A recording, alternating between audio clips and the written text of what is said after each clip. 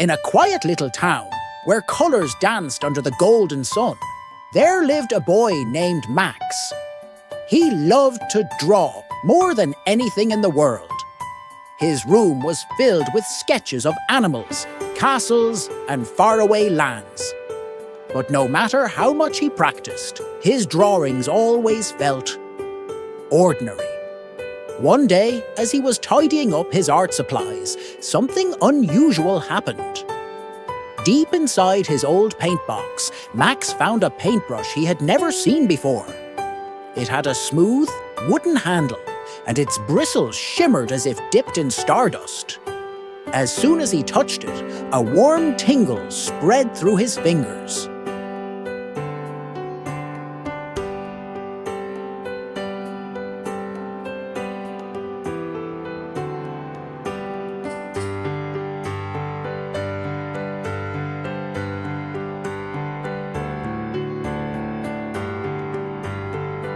Curious, Max dipped the brush into a pot of blue paint and drew a butterfly on a scrap of paper. The moment he lifted the brush, the butterfly fluttered off the page and into the air. Max gasped. His white cat, Luna, who had been lazily watching him, leaped onto the desk, trying to catch the flying butterfly. "Luna, did you see that?" Max cried. But Luna only meowed, tilting her head. Excited and a little nervous, Max decided to find answers.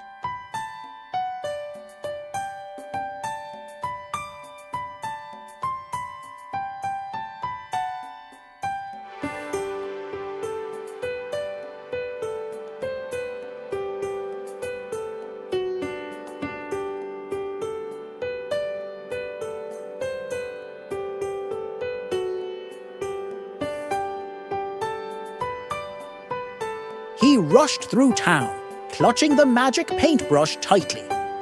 His journey led him to the doorstep of the mysterious art shop at the edge of town. Inside, a kind old man with a long silver beard and a floppy hat smiled as if he had been expecting Max. "Ah, so you've found it," said Professor Bristle, leaning on his cane. Max blinked. "You know about this brush?" "Indeed," the professor chuckled. "That, my boy, is no ordinary paintbrush. It has the power to bring art to life. But beware, great magic always attracts great danger." Before Max could ask what he meant, a cold wind swept through the town. Outside the shop, people gasped as the bright colours of their homes, gardens, and even the sky began to fade.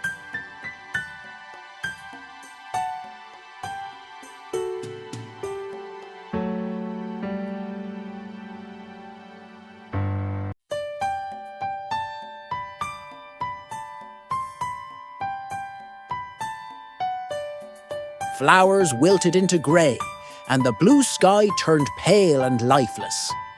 A deep, echoing laugh filled the air.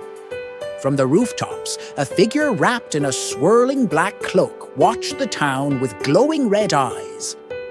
The Shadow King. "All colours belong to me," the Shadow King declared. "Soon, the world will be nothing but darkness." Max's heart pounded. He looked down at the paintbrush in his hand. Could he stop this?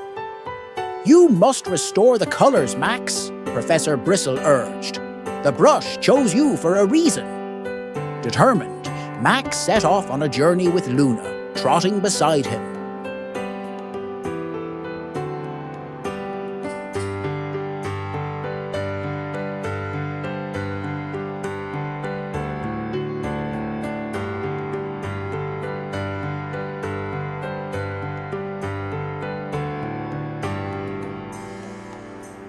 They followed the fading colours to the edge of town and beyond, where they found rivers drained of their blue, trees stripped of their green, and flowers turned to dust. Max dipped the brush into his paints and, with careful strokes, painted a bright yellow sun in the sky. At once, the sun began to glow, warming the earth and chasing away the Shadow King's darkness. Realizing the brush's power, Max continued painting. He painted a bridge over a broken river, restoring its flow. He painted fields of colourful flowers, bringing life back to the land.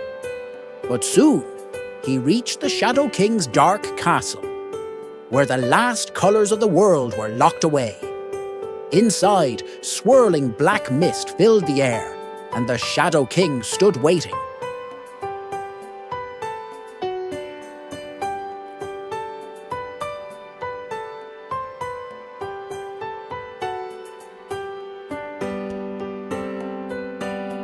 "You think your little brush can defeat me?" the Shadow King sneered.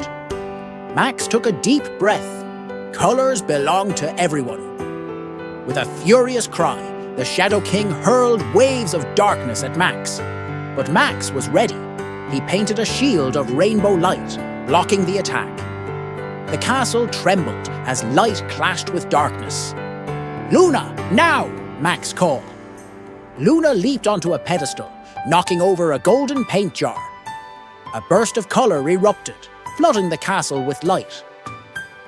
The Shadow King let out a final scream before vanishing into the wind. Outside, the town burst back to life. Flowers bloomed, the sky turned blue once more, and laughter filled the streets. People cheered as Max and Luna returned home. "You did it!" Professor Bristle beamed. "The world is bright again thanks to you." Max looked at the paintbrush, now resting in his hands.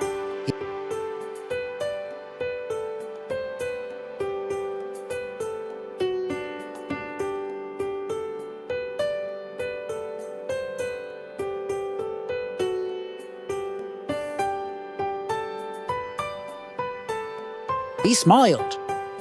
"I think I'll keep practicing, just in case." As Luna swiped playfully at a butterfly Max had painted, the sun set in a sky filled with the most beautiful colours the town had ever seen. And from that day on, Max knew that art wasn't just about making pictures. It was about bringing the world to life.